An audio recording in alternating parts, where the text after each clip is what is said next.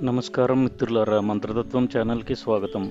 మునుపటి భాగాల్లో హనుమంతుని మహిమను దేవతలు, ఋషులు, కవులు కూడా పూర్తిగా వర్ణించలేకపోయారని తెలుసుకున్నాం. ఈ భాగంలో హనుమంతుని నిస్వార్థ సేవ ఒక జీవితాన్ని ఎలా రాజయోగంగా మార్చిందో తెలిపే అత్యంత ముఖ్యమైన శ్లోకతత్వాన్ని తెలుసుకుందాం. ఇప్పుడు ఒకసారి ఈ శ్లోకాన్ని పఠిద్దాం. తుమ ఉపకార సుగ్రీవ కీన్హ రామమిలాయ రాజపద దీన్హ. ఇప్పుడు దీని యొక్క సరళార్థం ఏమిటో చూద్దాం. హనుమంతుడు సుగ్రీవునికి మహత్తర ఉపకారం చేశాడు.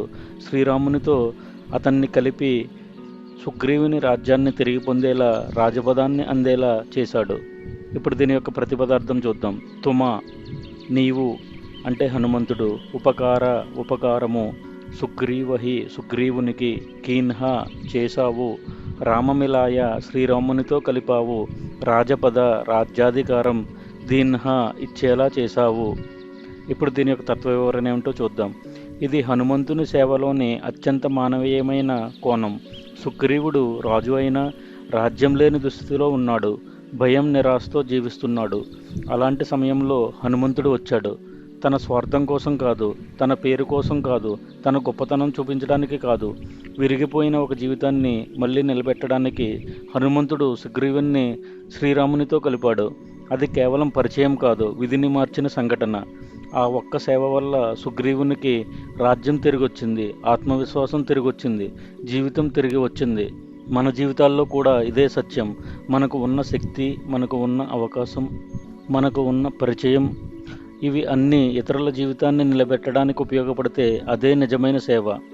మనము ఎవరినైనా సరైన వ్యక్తితో కలిపితే, సరైన మార్గాన్ని చూపిస్తే, సరైన సమయంలో చేయి అందిస్తే అది ఉపకారం కాదు, అది ఒక విధి మార్పు.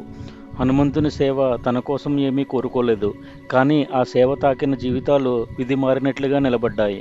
ఇదే నిజమైన భక్తి. అది మాటలలో వినిపించదు, మారిన జీవితాల్లో కనిపిస్తుంది.